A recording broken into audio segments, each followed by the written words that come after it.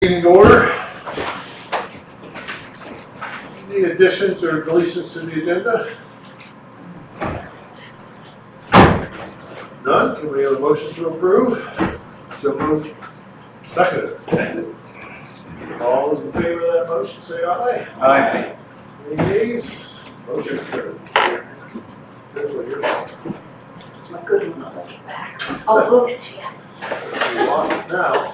That was a mistake. So there aren't any presentations and delegations tonight, so we will move on to the meeting of December 18th. Have approval of those minutes. Second.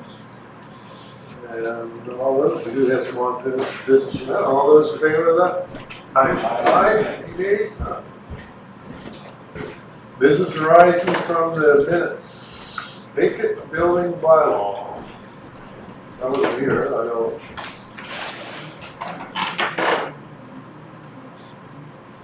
What was the conversation we had tonight on that, or was it just?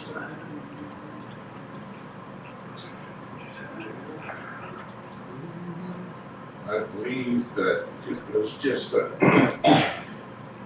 we talked about looking at our that bylaw. Talked about the need of making building bylaw, but we have one, but we should review it and find out whether it needs to be amended or not. Meeting our needs. Yeah, so for number 5 is kind of a building, the boarding up permits that we've had. On site, we have to board up, don't we, to make it safe, so I don't know whether that's conflicting or not. Depends on how you're gonna board it up, that's, Yeah, I read that vacant bylaw 3 times, got 3 different, just interpretation, who reads it, what interpretation is given. So, do we, pass it on to the bylaw officer to research, look at, or have you, or, no, I wasn't here at the last meeting, so I don't know where this went. So this is tonight's the first time? Yeah. Okay. I think that Laura Lee has got some, maybe some thoughts. I think I know she's been looking at it. Yeah, okay, well, yep, It's definitely, it has a couple of things that I find, like you had mentioned, it can be interpreted a few different ways. Would you be looking at me to see other municipalities making bylaws, like to compare a couple to see what the differences would be, what they are currently using in place compared to ours, and the wording used? Well, for me, I mentioned before, we have take that one on Carlton Street, 10 Carlton Street, that's been vacant for 5 years now. It'll never be fixed up. And it'll come around somewhere down the road, the town will have to tear that down at the expense of the town. Because you're never gonna get back what the land is worth to tear it down. And we've done that with the elementary school up there and a couple others, and it's just, That's another one that's been vacant for a while. I don't know what's going on there with the Common, I know it's probably I an know this, investment thing, but I'm not sure. I know there's funny brought that, I brought it up last meeting or two ago, but I had a call from a contractor Friday, no, we had it involved, because they were going to look at it. So I guess, yeah, I was thinking when I read this, a good example would be looking at Britain, because they were in the media a lot over the last 5 years dealing with vacant properties and how they could address them. So that might be a good example of seeing if there's any difference in that. well, Right, CBR. Irving Gregson, CBR, another I one. think that's where this one is. That's where this one comes from, okay. So Now, I'm not 100% sure, but I believe that this mirrors the HRM, CBR's bylaw, because that was that same time that we had that discussion. Okay. So I guess the biggest thing I have an issue with is that there's no timelines. And like Peter just said, 5 years, that building's been on our plate for 5 years. It takes 5 years to take care of a building. That's crazy. If it was my property and something was wrong with it, I'm sure it'd be 2 days. I mean, obviously, the owner's not gonna do anything, right? So, timelines here, we always had timelines, so whether the bylaws aren't strong enough or something, but a building shouldn't go on in 5 years, that's kind of embarrassing. Well, I guess the fact that it's vacant, does that automatically mean you tear it down? No. Because then the board's up, does all the problem. But in the report too, it shows like the unsightly, that building's been on our Yeah. paper for 5 years, right? Yeah. But if he made it not unsightly, boarded it up, painted the plywood, mowed the lawn. Yeah. We really, do we have, I'm just trying to figure Oh, out, no, we I know, have that's the what ability I to mean. win there and do it. Why do we have two, right? But he doesn't do that until, somebody complains, and then. Oh, yeah. Then he does, you know, then lower league was down, and he can't do it, but, the truck laid there, that's another. But you can't board it up, certainly board it up, you're into another section, right? So if your windows and doors and roof are all in good shape, the building is not deteriorating, right? So it's a salvageable building. That's not, that's been allowed to deteriorate, it's gone down the road. I don't think you can do anything with that building. Yeah. Probably not. Well, I was never inside of it, so I don't know, but I understand that it's not very, it was never very good inside, I mean, So if he fails to meet the vacant building bylaw, then that's where we move to our unsightly? Or you could take a different approach, like, you could go on a solid waste, and this basement's full of trash that doesn't have to be removed, right? That's why it was approached that you should take a solid waste approach in the first place.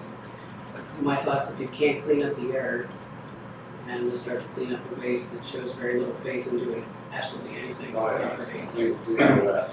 I mean, the vacant bylaw too, it says the windows have to be You have to keep it secure. It has to be, you don't want to- covered over basically, so you can't see all the stuff inside, which is That's right. a load of stuff inside that now, right? So- That particular building down the street, let's get a few other issues. I know that's coming up sort of off the vacant thing, but yeah, it's. But I thought at one time you couldn't board it up, you couldn't board up windows if they were broken and stuff, you know, you had to fix it. I mean, maybe that's just something.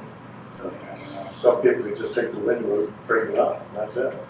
But don't you need approval of the administrator in this bylaw to board it up? Yeah, you have. Yeah, you do, We you have don't to have a have. permit to board it up. It's just, I guess with Mike, if he's failing to meet some of these things, but we don't have any, we just say do it, but there's no, we have 14 days, 30 days. But I don't think that building's in this category, No, it's in the other it's ones. in the other one, right? I mean, there are other vacant buildings in the town that aren't unsightly or anything, and. No, that's right. Convent's one of them, it's not really unsightly, right?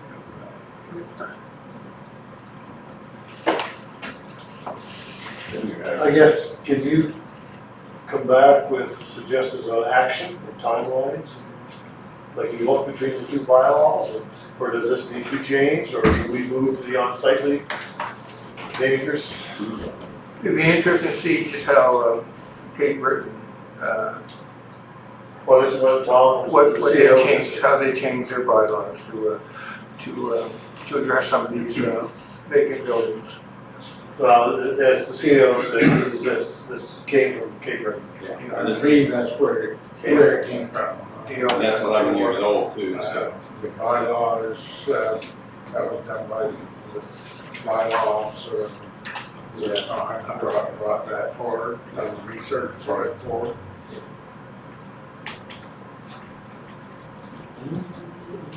Can I ask council Sure. a question? Are you looking for me to try to find information geared specific for a specific situation, or just broad general term across the board for vacant buildings altogether?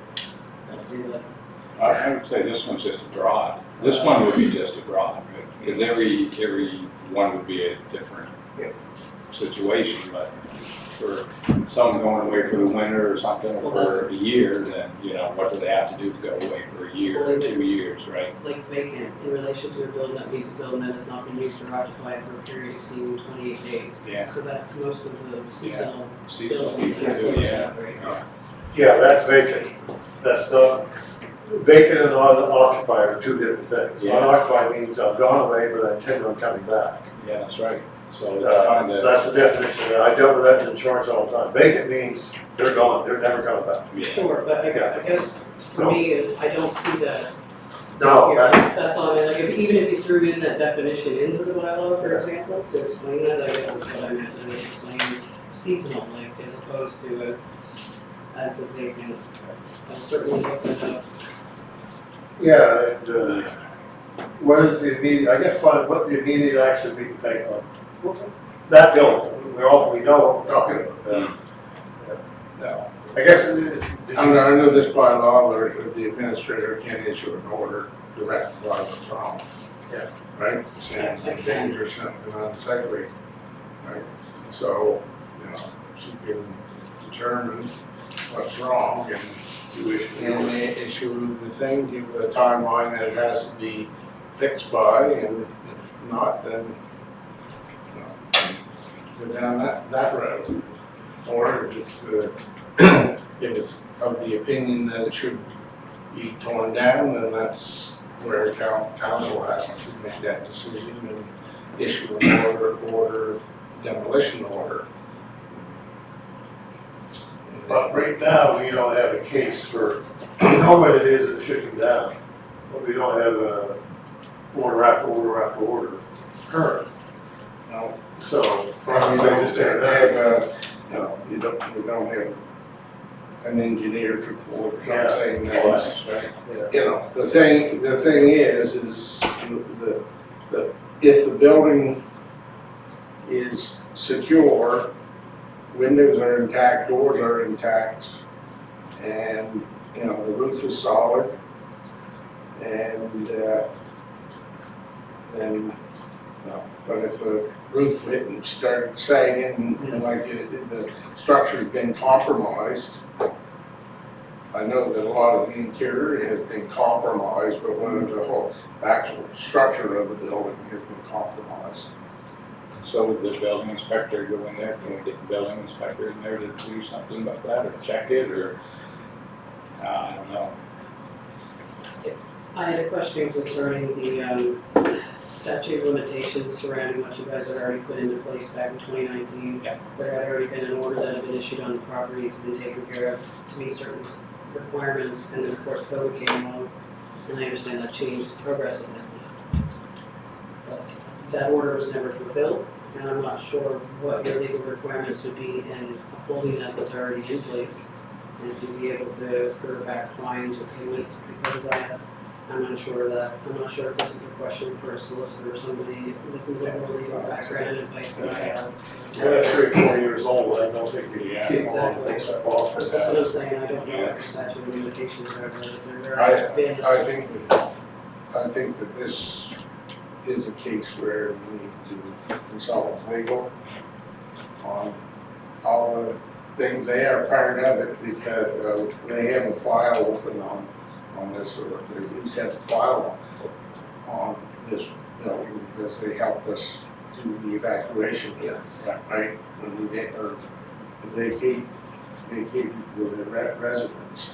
Yeah. So, Because you're right, there's been nothing done to eradicate that first order, probably.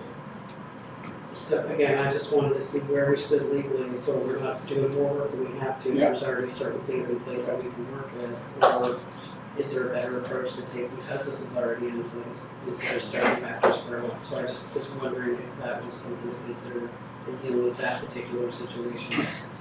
Can you, find all that out and come back with something by council in 2 weeks? I can certainly Yeah. apply.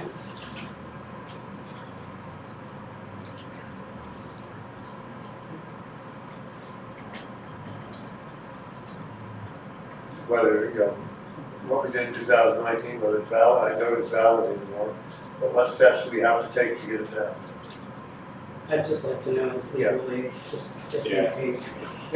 Just look at CBRM's vacant building bylaw, and they even go into making sure that the plumbing fixtures are either connected to municipal sewage and water supplies, and if they're not, then those fixtures have to be removed and disconnected from the system. So if they're not, you could open that building and go in and methane could overcome it, right? So those, we haven't got to address that in our bylaw. So it's worth looking at that bylaw again. Yeah. Do we still issue him a water bill? No. It's disconnected. All the services, power, water, everything disconnected, British, and the powers disconnected. yeah. So that in itself would determine that it's a vacant building. If there's no power or no services whatsoever, then it is truly a vacant building. Yeah, the heater's gone, it's, yeah. When does it go from vacant to derelict? Well, I would say that could be, and that's where, under dangers and unsightly, I think that's where that would kick in, because it's a vacant, but then it becomes, but like you say, when does it become derelict? Well, it has broken windows, it's not secure, because so it's in derelict condition. It's open to the weather. And so we can just probably issue an order under dangerous unsightly and maybe even the vacant bylaw, but I still would like to be able to consult with Leah first, so that we, Yeah, I think you have to do that, because we don't want to find ourselves tearing down and then have to pay somebody to build a toilet. Even though it's not worth Yeah. anyway. Yeah, so maybe you can have some answers, more concrete answers, 2 weeks ago. Talk to John. Check with the lawyer and see what Yeah. the comment is. Okay. Like I said, a whole section. Exterior tourism is areaways and other open weather-tight security against any entry, birds, spraying, trespassers, missing broken doors, windows, and other, have a whole list of the roof, storm drains. Yeah, because I know they were in the news a lot, because so many people moved away from the island, but west, so they see, That sounds like it goes into a minimum housing standards. like which we have. For us, that would be covered under that, the vacant bylaws, just kind of really speaks on a really vacant or abandoned building. And what you're speaking of sounds like it's covered more under a minimum housing standard or minimum rental. And this is the vacant and derelict building bylaw. Yeah, have a good look at that. Good, okay, CAO report. Okay, so under development officer, 4 development permits were issued. And building inspection, 6 building permits were issued. Fire inspections, there was 2, 1 inspection, and no deficiencies were found at 98 Church Street and 15 Tarleton Street was a follow-up, and all deficiencies have been addressed.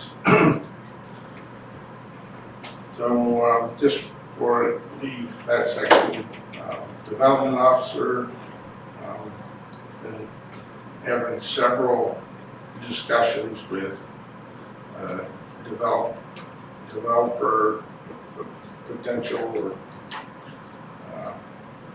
development in the South End. And so, there will be more information because coming forward. It appears that there'll be another parcel of land in that same area bought by the same people. So I think that they seem to be very interested and starting to do things, and it's gonna make quite a difference in that area of town, so that's good. Really. I can't give specifics this time, but I mean, if he also wants to talk about it, I can get Bill and Cameron, I can talk about it, but I can't.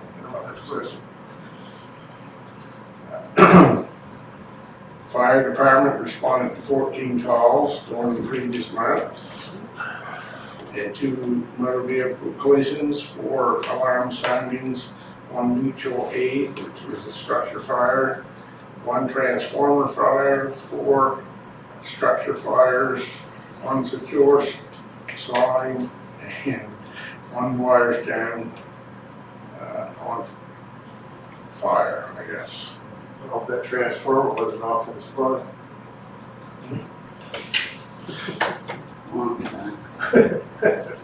Oh, Under the office of the CEO issued tenders. So we have 3 tenders that have been issued, the Mount Street project, Victoria Street and King Street.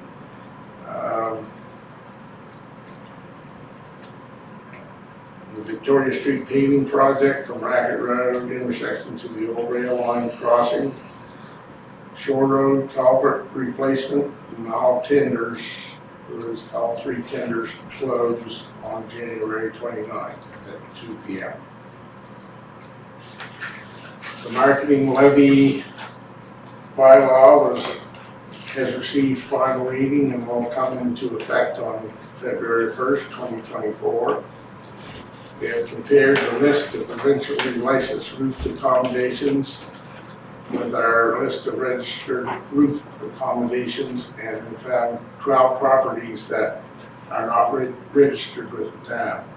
We have prepared registration packages and sent them out to those properties identified. The number of available room nights will increase from 256 to 273. A new information package is currently being put together and will be sent to all roof accommodations registered with the town to update them on the new bylaw and its requirements.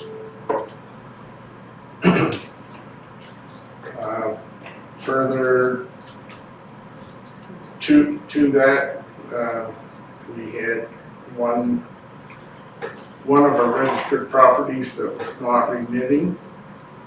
A demand letter was sent to that property, and they are now remitting. I'll check off from there. That's what he said, man, you don't check the matter. The Marketing Promotions Levy Advisory Committee. So the application for the vacancy of a citizen owner operator of roof accommodations on the committee closed on Thursday, January 4th. 2 applications have been received, which have been forwarded to the nomination committee for review and recommendation to council. And the applications have been placed on the cloud under citizen member applications / Digby Marketing and Promotions Levy Advisory Committee / 2024. So if anybody who's not on the committee wants to see who applied, then Yeah, we discussed that, right? We'll do that by email. As the email records.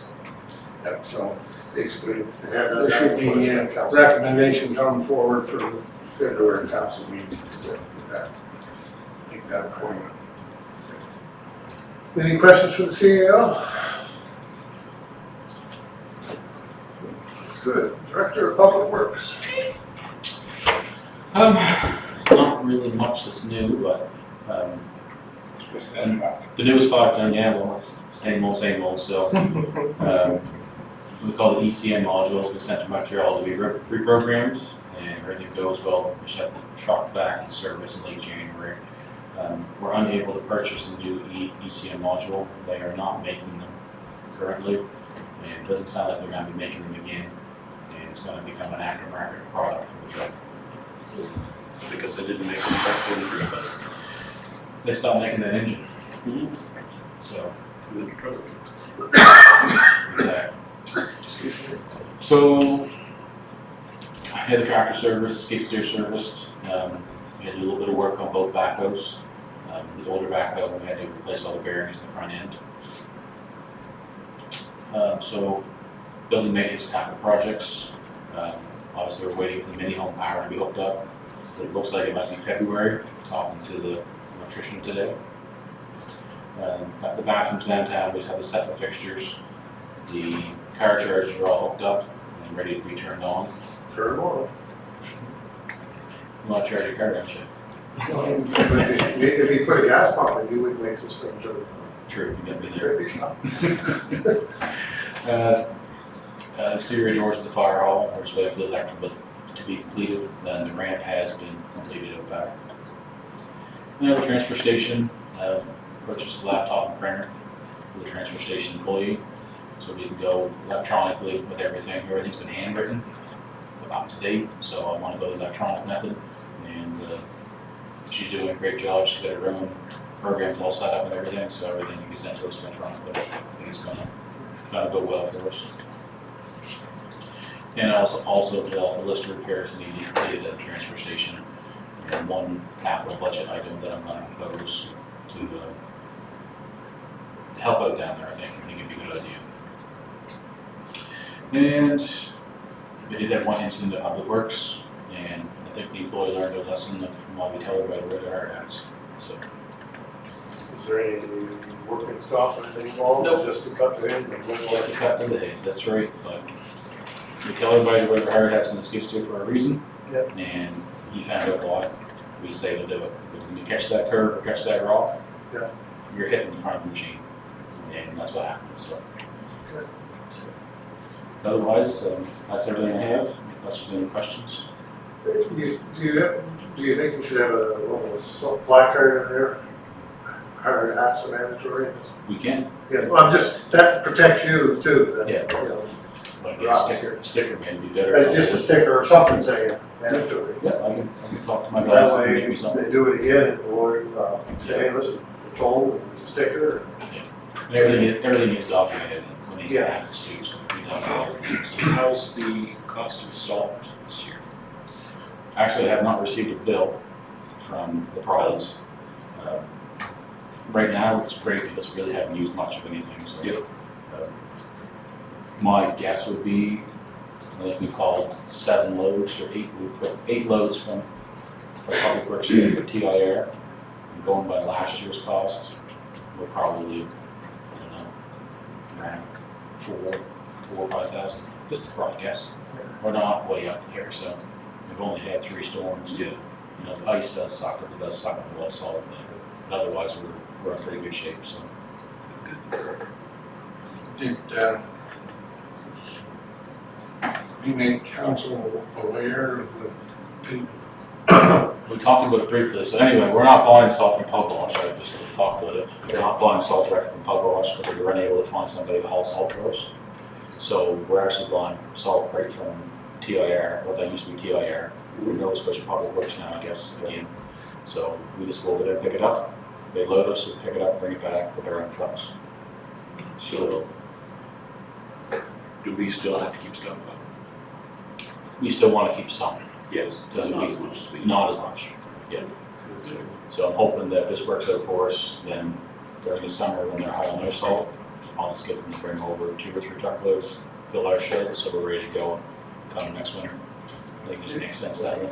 Is there ever the fear that they're gonna say, whoa, boy, we need all this tonight, and there's not enough here for you? They stockpile all their salt for the entire year before winter even. Yeah, So there's salt.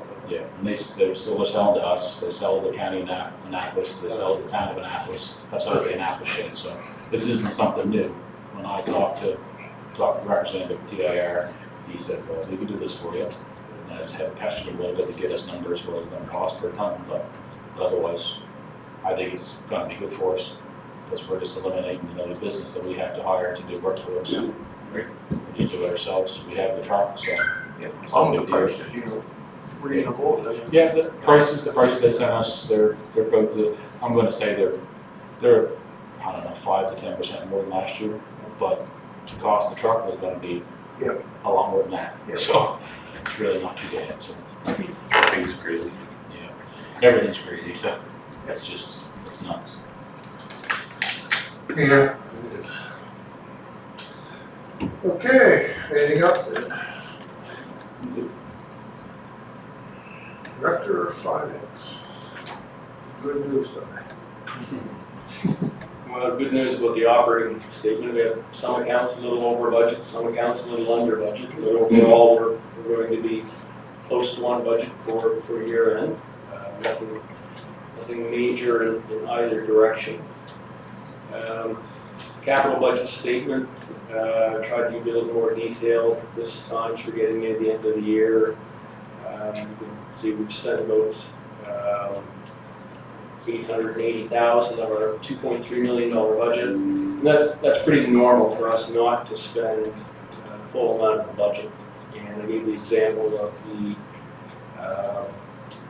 lift stations. So the generators for the lift stations would be $400,000, and we're not going to spend that unless we can get the grant money for it. And so we get an application's in, and hopefully we'll hear something positive back about that. Active transportation, as you know, we finally have our active transportation plan, and it's already been in use for example, Mount Street. So that's helped the design at a 3.5 meter sidewalk, or a multi-use path, I guess you would call it, on one side of the road, with a physical green space between it and the driven portion. And I believe with respect to King Street, the redesign that's going on, Tom, I think you've given that engineer our active transportation plan, or where they've been asking for it. And hopefully when Church Street gets a little more active, they'll also look towards it. It's nice to have a document for some consistency in what we're looking for. And we've got our $50,000, and it costs a little less than $50,000, so no cost to the town. The AMA regional meeting that I attended, one of the seemed to be a fairly important topic, seems to be coming up more and more, and that's the threat of cyber attacks. And as you know, we're not insured, as a lot, probably most municipalities are not, because of the insurance itself can be problematic. Although, from some conversations I had today, it sounds like more people are looking at cyber insurance. So Kings County, for example, their fall tax bills still aren't out. They're hoping at the end of this month they'll get their tax bills out. But they've been hit with some pretty big costs, compromised some personal data, and obviously it's a big financial hit to have your millions of dollars of tax revenue delayed for that many months, and then have to give people even more time to pay it, because it's going to be difficult to explain to them why they're paying the fall bill in January, February, and then they get another bill in April or May. So there's an opportunity, or well, there's probably multiple opportunities. I guess the main thing is we need to sit down with our IT manager and management and see where we want to go, and would even expect us to look at putting something in the budget for next year, just to let council know.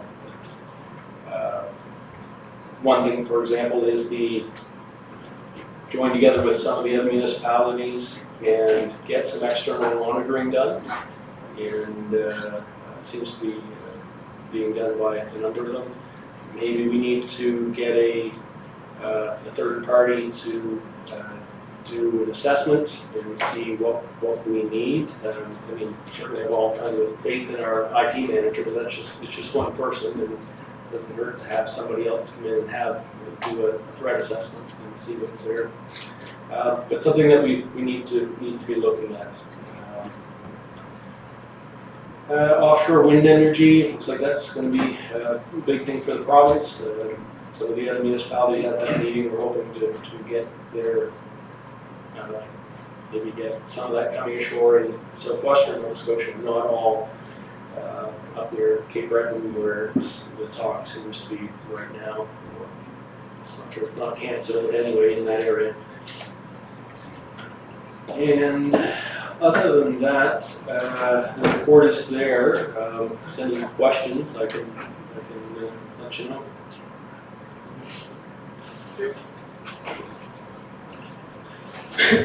Any update on that residential dwellings rent since the report was done? No, not, there's been no payment that I'm aware of. Have they got the notice? The letter went out to them, yeah. That's just a late notice or a notice to, No, it's a, going, because it's quite a process to move people, so you gotta let. well, it's a reminder of the previous letter which said, if you continue to be late, we will evict, or we will terminate the lease. And you've not held up your bargain based on the last one. You need to get this one in line right away so that we can see where to go from this point. There's lots of, I mean, the file is large, the file is well Oh, yeah. documented. There's no, if the council got to the point where they said enough is enough, then it's not going to be a problem to let people go. I think it's, I told them time and time again in friendly conversations, here's the mean letter that I'm forced to write, but for God's sake, you've got something good here, don't screw it up. No, but you say it won't be hard for us to force them to go. It will be hard to force. That's why if you're late for a rent, you should give the eviction notice right away. And then say, but, Say what? yeah, then pay it, but pay us. Well, Yeah. Yeah, that way you have it on record. that's up to council if you want me to give an eviction notice, There's 90 days. what council wants. That's the council, so. Maybe a letter stating that please keep this up to date now, or would we consider that springtime? Oh, you just- Already been done twice. Yeah, get that out. That's already been done, so I don't know, let me rewrite Well, it the only again. alternative is an eviction notice. See, we have council in 2 weeks, see, they pay us. Could we, just for clarity, could we get those letters in the package, just so they know what's been sent to them and what stage we're at? It's, Do we want that in person? That's a lot of personal information. Right, Yeah. But again, we sent for in camera, Sure. discussing camera. Yeah. Yeah, I can put together for in camera. Yeah.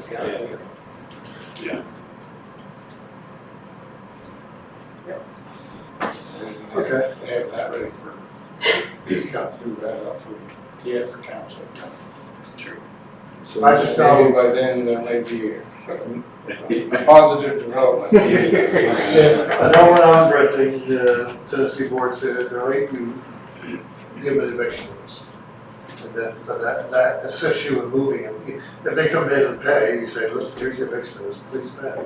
And they pay, well, then that negates that. But if you let them, well, pay it, then you run into problems. So I know of someone who had a tenant in one of their buildings and their own child was expecting a child and wanted to move the tenant, move their son into that property. Yes, The rental board said, no. Nope. I know who you're speaking, I know who you're speaking of, and that was a big process. Yeah. Anyway, okay, yeah, I have something to maybe. Anything else? Nothing? No, this is any questions? I just, and you guys are probably getting the questions too, with the media saying that the average assessment's up 18.8%, and our taxes are gonna skyrocket, and what are you going to do? And I said, well, first of all, the towns aren't up 18, ours is up an average 10, 25. or 25, I should say, yeah, 10 cents. Market is up 25. Yeah. Our total assessed, Yes. well, taxable or capped is Capped. 10%. 10%, yeah. And I said, we haven't even, the council hasn't, even- or the staff hasn't even prepared a budget yet, so we have no idea, so just relax and wait. I have two people ask me today. Yep. Assessments out, questions are asked. And while the media is really playing on that 18.8. Yeah. Sorry, Matthew, what percentage of the town did you say is now under a cap?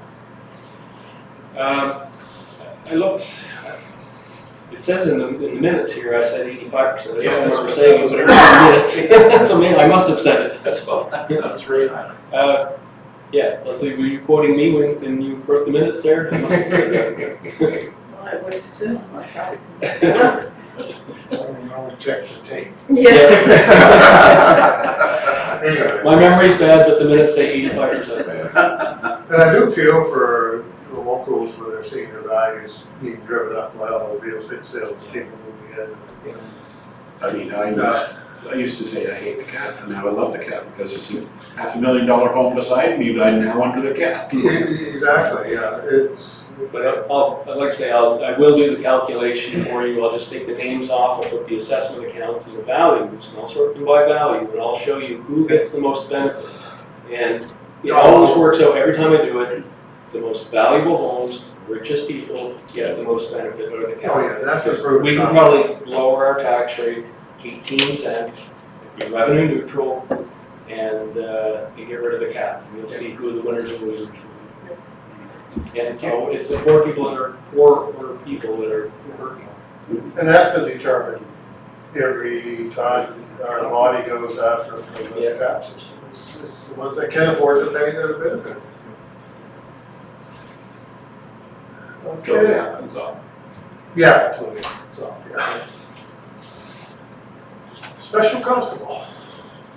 Dangerous and unsightly. 6 First Avenue, a vehicle was seen parked at the property, no one was on site to speak to that at the time concerning the condition. Verification of the owner did in fact receive the package was required. Census report was written. I have received contact information for the property owner and they are at Providence for another couple of weeks, so hopefully they will return and get the information package was sent to them.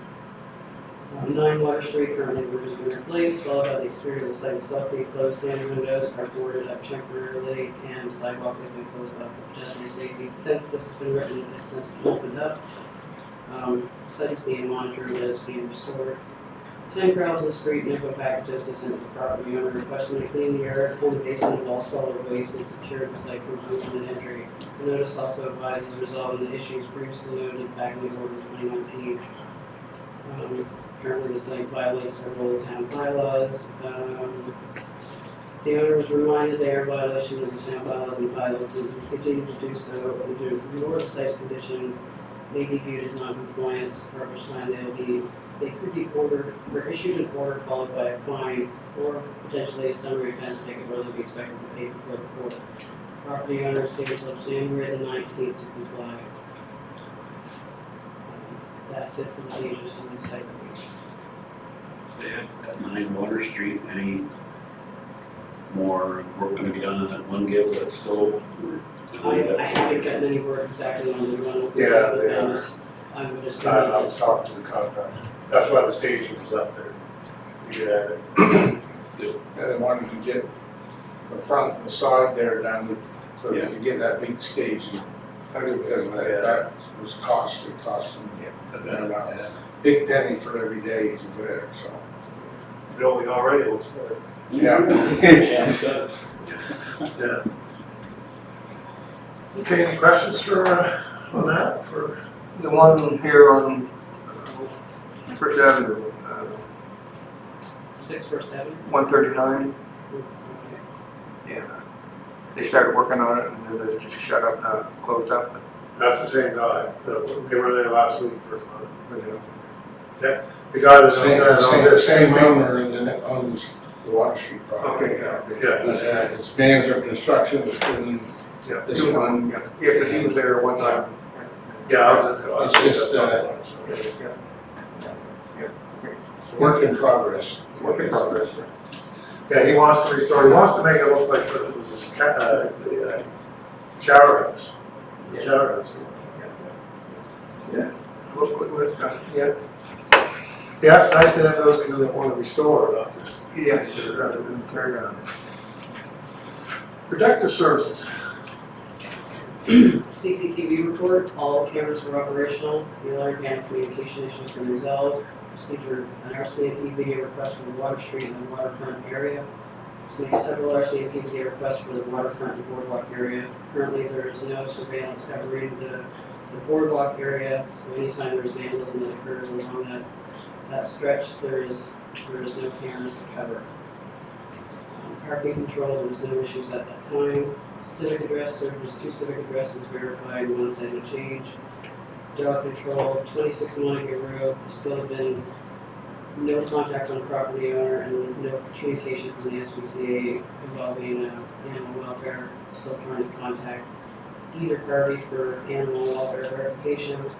68 Church Street, since the initial visit, a small black husky dog has been rehomed.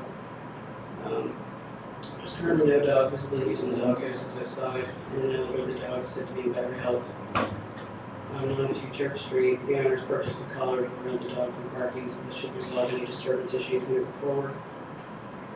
Crossing guard received a call from a resident concerning children being dropped off in the staff parking lot of the elementary school.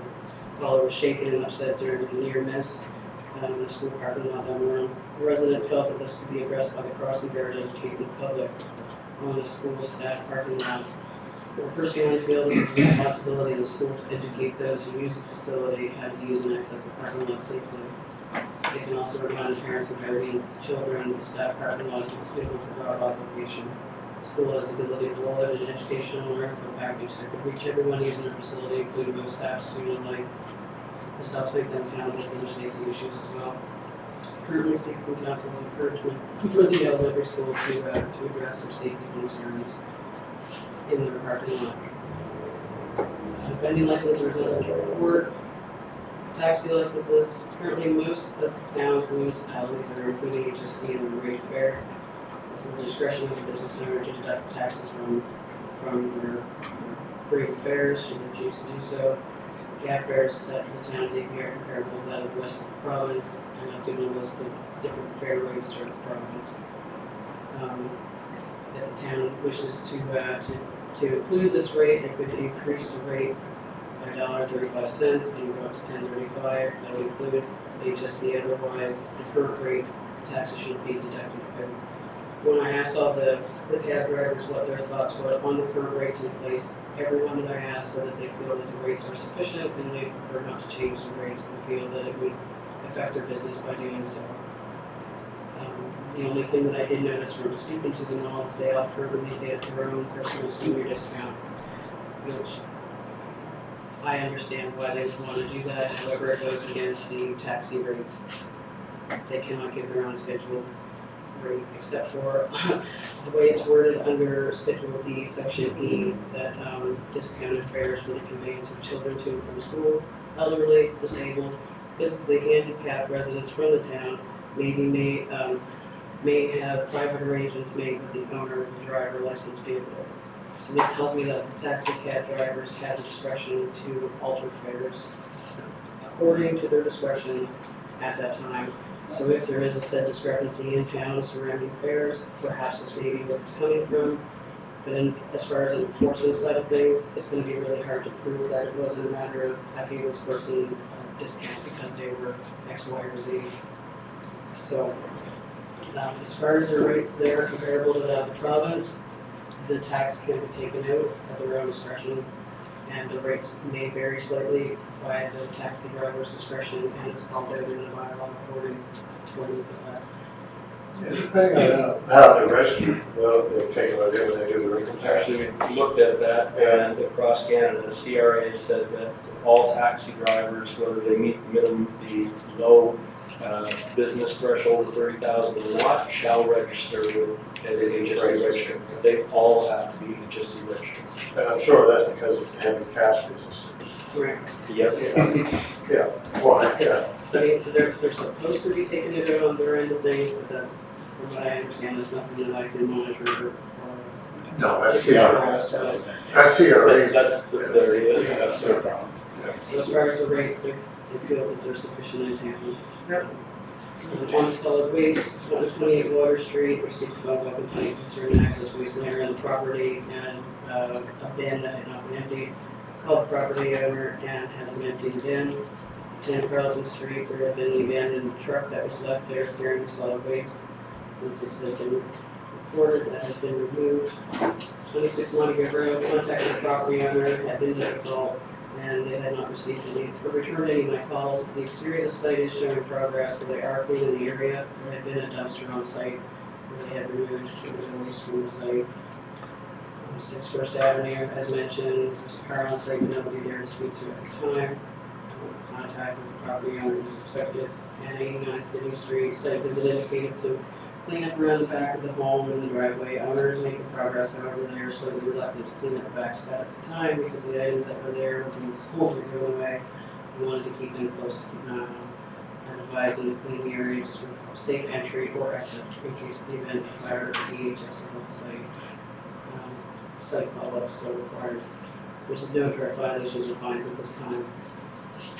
And that's the protective services report. Comments?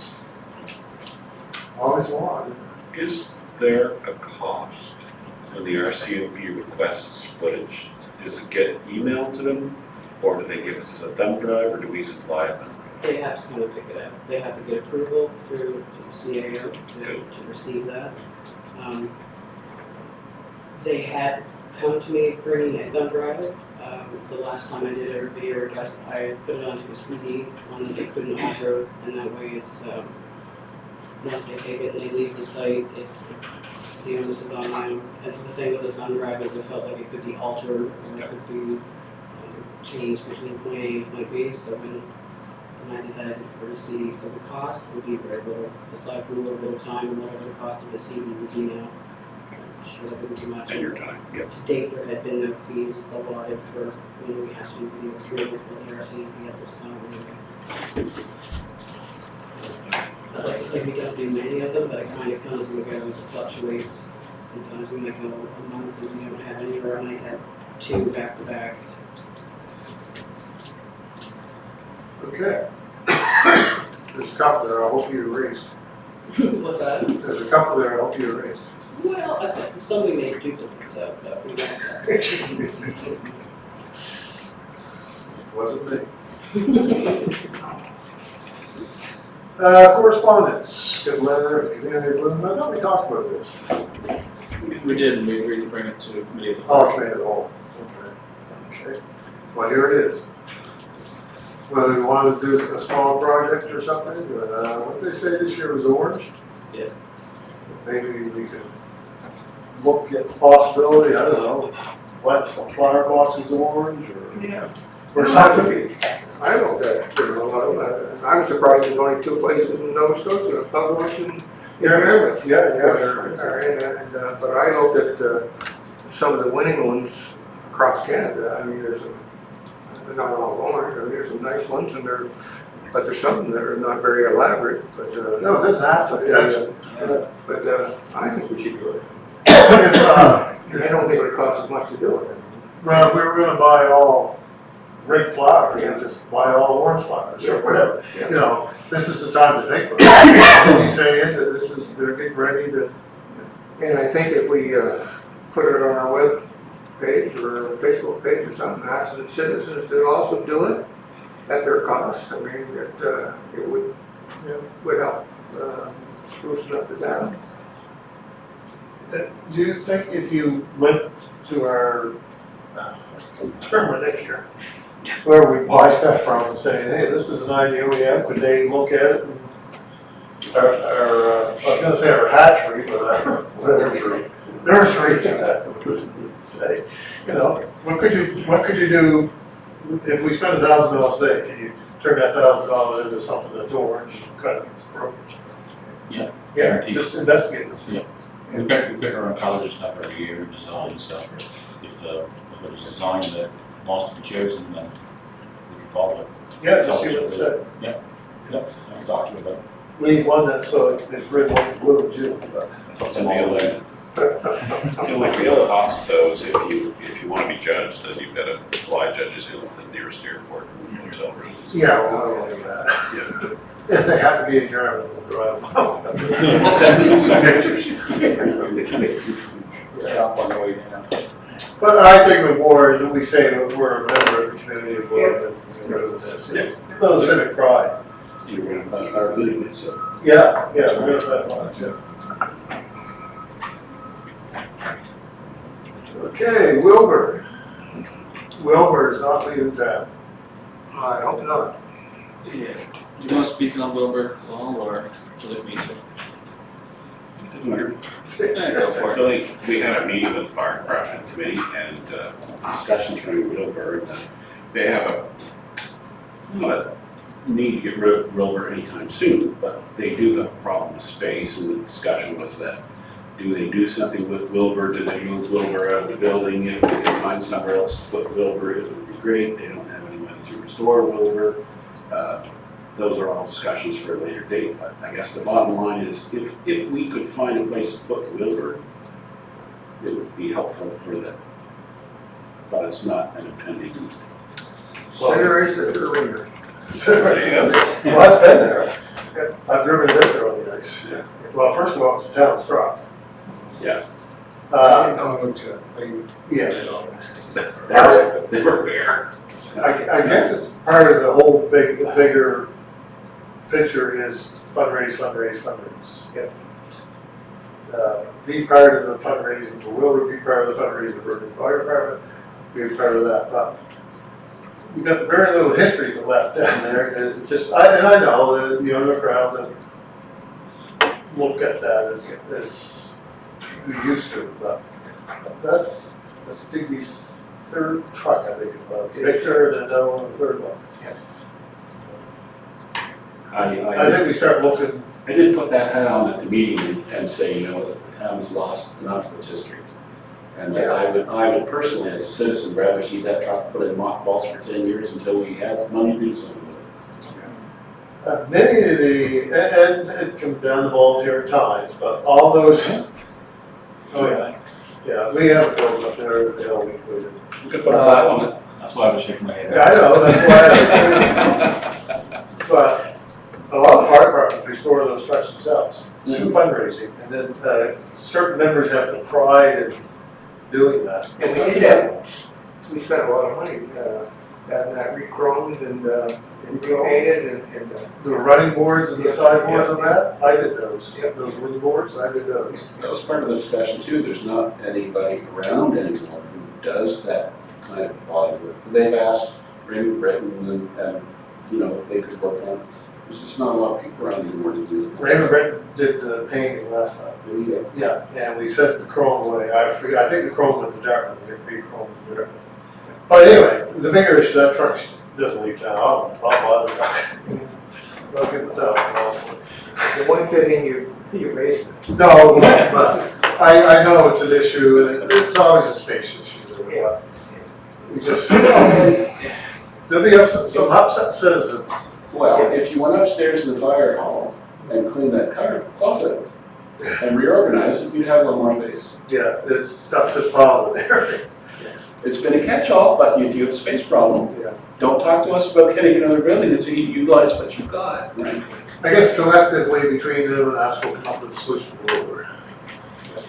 I asked if Michael go up and scan all the pictures for the museum. And President said yes, I haven't got it done yet, but we'll do that.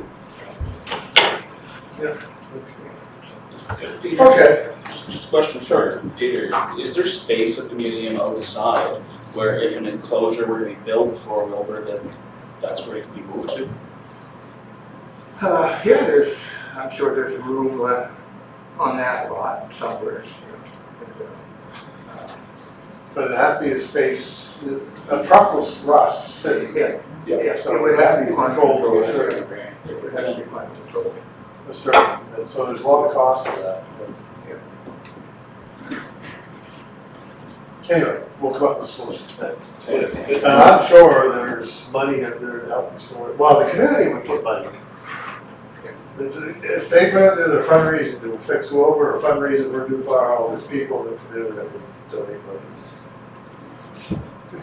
Well, I don't know if they're gonna build a piece on it, or 2 or 3 bays, why they can't, 6 other smaller bays. Well, We talked about that That's too. right. Move them in there, yeah. Well, we talked about the fact that they've got to decide whether or not what, in our opinion, when we talked about the issue, we said, well, if you're gonna build 2 or 3 bays, what's the difference between building 2 or 3 or building 6? And just being done, and build that new building beside it. So they've kind of gone back to the membership now, they're gonna have the discussion about whether or not they, because all their engineering and all their studies and all their plans are all outdated, other costs are completely changing, so they're gonna start to for everyone. Put it up on the hill, up there. On that lot beside the fence. Yeah. Well, you know, I'm trying here, right? Don't need the salt shed anymore, right? Put them in that, see? actually, the fire departments do have other departments within the community, within the buildings. Not saying this is ideal here, because it's not really, but. It didn't work really well for them last time, so No. I let them have the base. Leave it on the floor. Yeah. Okay, well, anyway. We'll stay in Big Green until. Tell them to get an electric fire truck. Vancouver's buying electric fire trucks. Remember I said about PEI, Yeah, 30 buses, yeah. all electric. I was shocked. ATV, first ever. I put that on the, we get asked by the ATV club, just, you know, they're saying, where's our bylaw now? So if council wants to check for cloud to find out whether, under this committee, I got a presentation there on the Road Trails Act that gives an overview. We haven't part of a package here.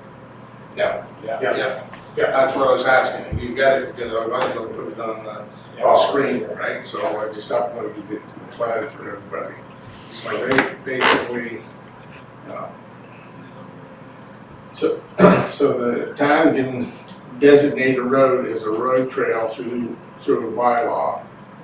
The driver can operate an ATV, dirt bike, or other off-highway vehicle on a road trail if they meet the requirements.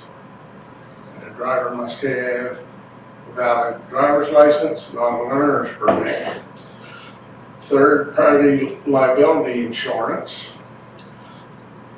and the driver and passenger assume the risk of using the road trail with car and province,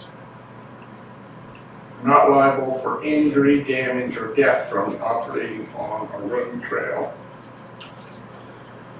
And for equipment, helmets and seat belts, if the OHV is equipped with seat belts, must be worn, but helmets definitely. OHV must have a headlight and on in brackets, a red rear light, and a left side mirror. Noise may not exceed the original manufacturer specification. And if not turn signal lights, driver must use hand signals. So, and under operations, there's no driving in bike lanes, there's no towing, the maximum speed is 25 kilometers per hour. No operation 30 minutes after sunset and 30 minutes before sunrise. No passengers under 9 years old. So, and no parking or otherwise blocking access egress to the road trail. Driver must travel in the same direction as traffic, riding the roadway where shoulder not possible, but as far to the right as possible. Drive single file, no passing, yield to the traffic when entering road trail, and carefully move to the left side of the lane before making a left turn. If an accident, then you stop, give your information, and provide assistance. If damaged or unattended vehicle, make an effort to identify the owner and otherwise inform police. Provide a written report of accidents resulting in the injury, death, or greater than $2,000 damage, and the register will receive and manage reports of accidents, damages over 2,000, or injury or death of a person.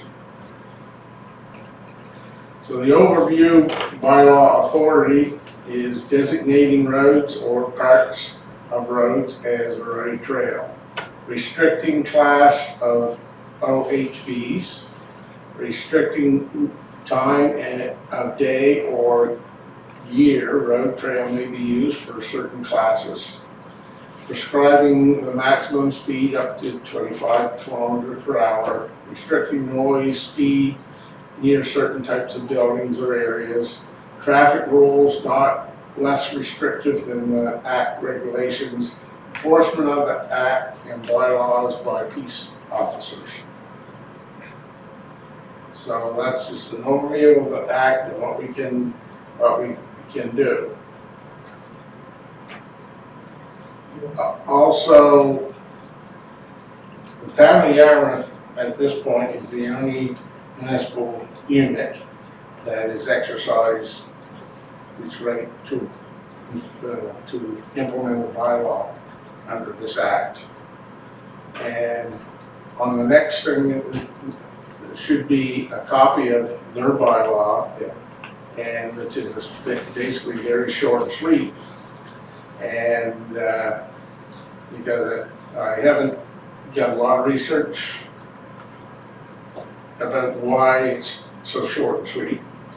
I haven't had a chance to talk to my counterpart in Yarmouth yet, but I assume that this bylaw just designates what street or what road is used for a trail, and the other, and that by doing that, then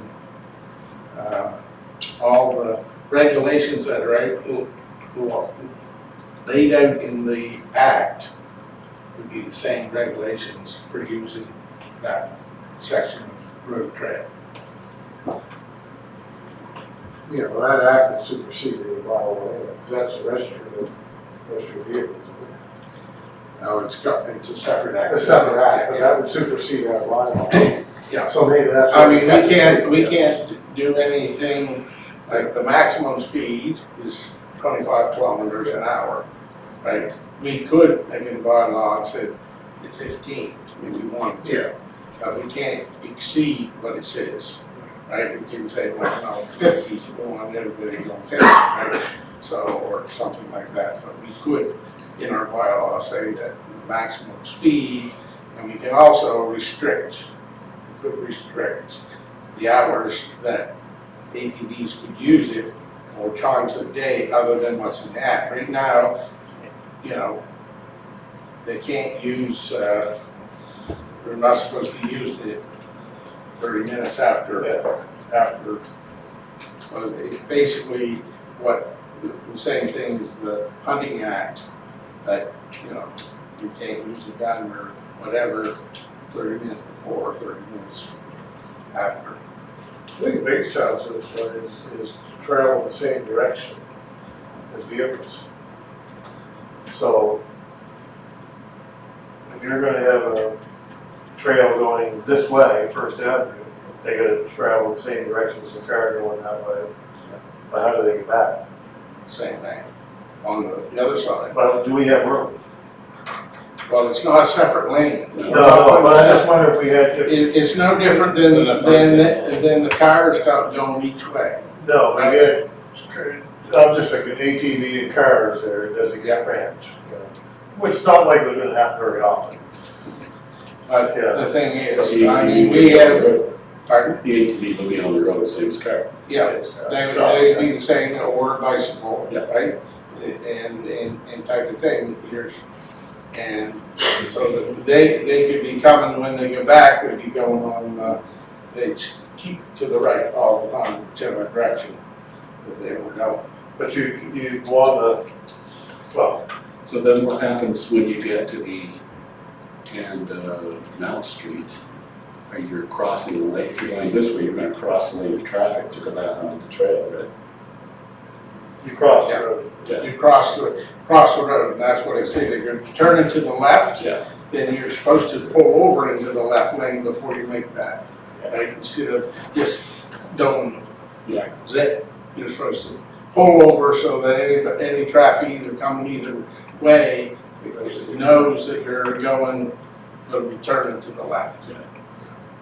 And plus if you haven't got signal lights, you can't see. So you'd have signs there anyway, would you not, after that turns, like, You would think. right over the arrow, so that traffic know that Yeah, we'd have to have all cross. cars. But the ATV club asked me about that, because they know where we are with. So, Weymouth, they're using theirs, but see, I guess that's because it's a provincial highway. Yeah. So that's why it doesn't show up as you said in town. see, that's a provincial highway, so Yeah. it follows the act. Yeah, And the province is designated that section of Highway 1, I guess it is, from point A to point B as a road trail, right? It gives them the ability to legally be on the road. So would we be better off just saying First Avenue and go right down and catch the trail down further? Instead of doing all the cutting across, you gotta cut across another road.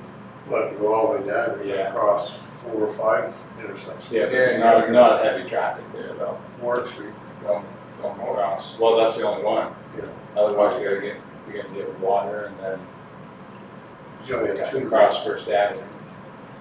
Would that be easier to Yeah, say across all First Avenue, across Ninth Street, Yeah. and then when you come out on Montague Road, go across, and then you don't have to cross any streets again until you get to St. George Street. I just wonder, would it be simpler, just say right down First Avenue? But you send it right down through No. all residential. Yeah. I think that'd be a problem. Yeah. You know, we hear from one over here. Yeah. But there's no residential. Yeah, if you turn off and go onto the trail, then you're just crossing Muddy Road.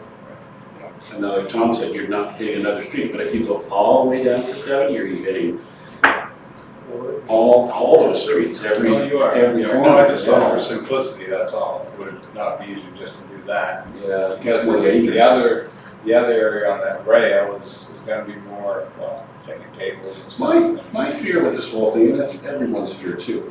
I mean, we had the last snowstorm, I had 6 ATVs thinking it was field day and snow day traveling up and down Oh, yeah. the street. So if you open the door to say, yes, this part of the trail is open, that's great, you're gonna have the small majority of people who own these machines thinking it's free for all, I can drive anywhere I want to.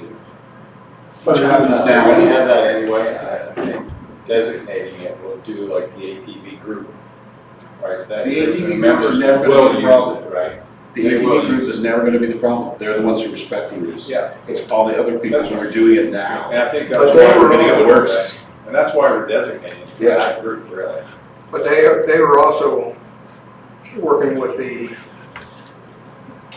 ones that are following the rules, trying to educate them. Yeah. But they don't get any help, because the RCP doesn't bother to enforce, because it's not their policy. That's a discussion that I had today with the member of the ATV club. And he said the biggest issue is going to be, and is and still going to be, is enforcement. And the thing is that, this here, because it's a road, is designated, the RCMP can enforce anything that goes wrong on this road. And DNR is on the rest of the trail. DNR's trails. But Yeah, they won't. Prince William Street is an RCMP enforceable piece of road, and they don't do it. No, because They'll do it on basically highway. the thing is that because they're not allowed to chase them. Right. Right? And. So what makes you think they're gonna chase them if they're violating something? You're right, your argument is no enforcement. Yeah. Yeah. And most of it comes from DNR, right, not being enforced. Yeah. And, See, they're right. Yeah. But to say no, because the bad apples are gonna be the bad apples, and we say no to the good guys. You know, I have no issue opening it up, yeah, because they use it now. At least, And like, my Lighthouse Road, four-wheelers every day. Up and down, You gotta make, you gotta make, you know. yeah, but that's not gonna change. Those guys are, hey, I don't care, you know, we spent $40,000, we drive this anywhere we want, type of attitude. The point is, if you open it, then you need DNR to step up and enforce it. And ERCP, because it's But a their road. policies, they won't.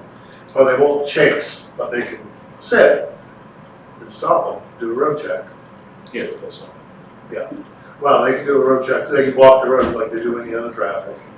In case, you know, other than that, then they gotta cut up through someone's lawn. Yeah. Yeah, which they probably do. So you wanna proceed to see what the bylaw looks like, Tom do some more investigation and then go from there, what does it wanna do without doing?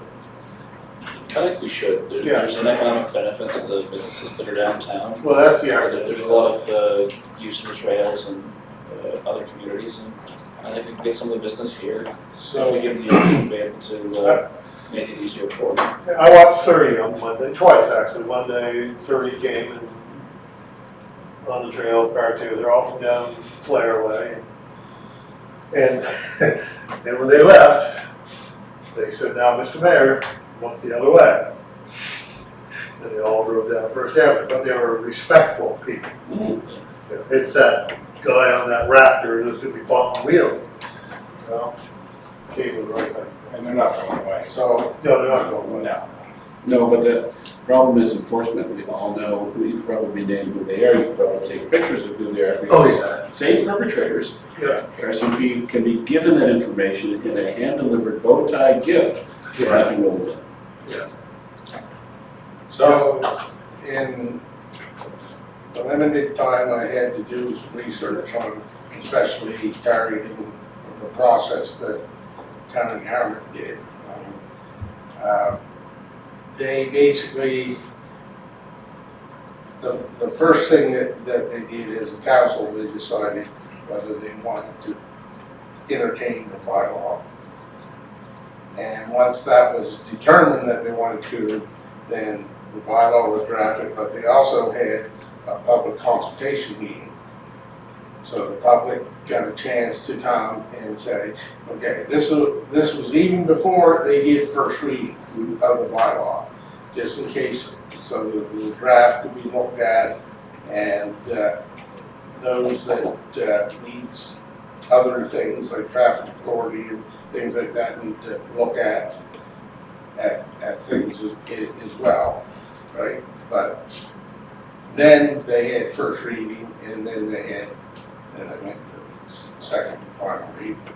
They did have a public consultation meeting, and actually, if you go on the website, copies of those meetings, the consultation meeting, some of the council meetings are recorded there that you can click on and watch if you're interested in seeing some of the comments that were brought up. YouTube, Tom. Pardon? On YouTube. I just found it went on their website, and there was a thing, or maybe I Googled, I think I Googled it. Googled that, and when it came up, I clicked on that link, and it took me, there was a page talking about it, and then there was links to meetings that the council held, and the council meetings for first reading, second reading, and the meeting that they had before they decided whether they wanted to entertain a bylaw. Yeah, the local club down there issued a sort of a statement to all those that don't obey these rules. If you cause us to lose access to Water Street, there's Water Street downtown, right on the water. If you cause trouble, we lose this. Basically, look at it, but it was nothing to that. So do you want Tom to do some more digging, look at it, and I think so. at least take that part. Okay, Tom, you have some homework to do then. Some more. Yeah. Marshalling Yard, First Avenue. Surprised anybody knows that's called the Marshalling Yard anymore. Someone called it that, and that's what we called it then. And then Well, it wasn't Marston Yard to the train station, so. Yeah. Little Marshall Road goes through it. Oh, at the other end there, on the side, yeah. So we brought up both the Marshall Yard and the property on First Avenue by the fire hall at their fire committee meeting. And essentially, with both, Tom's got other steps that he's looking to take. So one, he's waiting to hear back from the surveyor. And the other, now that we have our active transportation plan, I believe the plan is to write to our MLA and request that she set up a meeting with the minister responsible for Department of Natural Resources to look at both the marshalling yard and the trail system within the province. And part of that goes back to further down, it's off Montague, where there's deterioration next to the trail, to be able to actually put work into it where it would be our property and we'd be able to potentially put up barriers as opposed to doing it for someone else's property.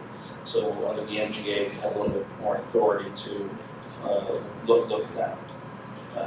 Because there's, well, it's not a serious erosion, so I don't know. Yeah, after they fix the erosion part of it. Well, there's other solutions. Yeah.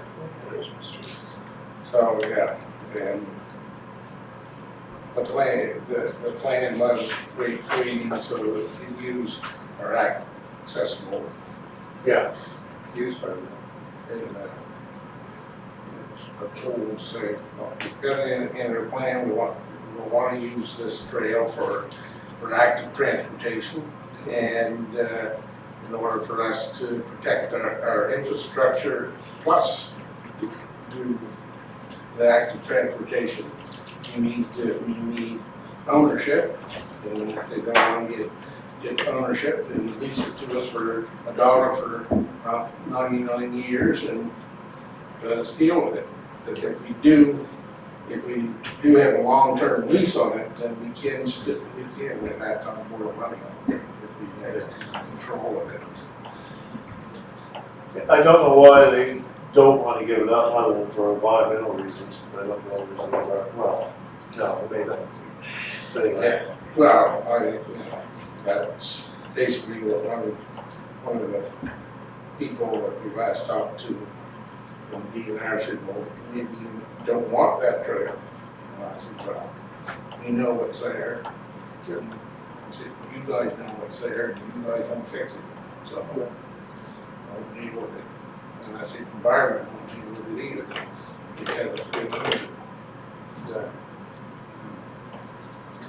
so that's, you just watch that work on hold. Yeah, Yeah. I'll be putting something together and bringing a report that basically,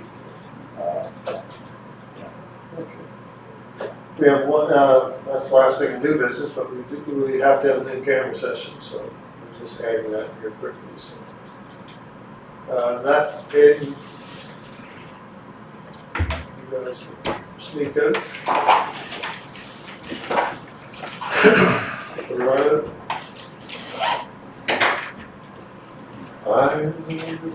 Just to add, I guess we had two things from the fire committee meeting. We were talking about fundraising and the need for the fire department to do something.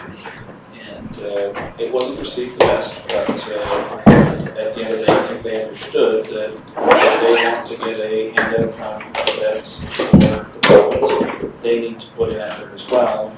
Because, well, we explained to them the value of the, every so lovely photo up, or them being able to point to stuff online and say, look, Digby's working really hard, this is why we want to support them.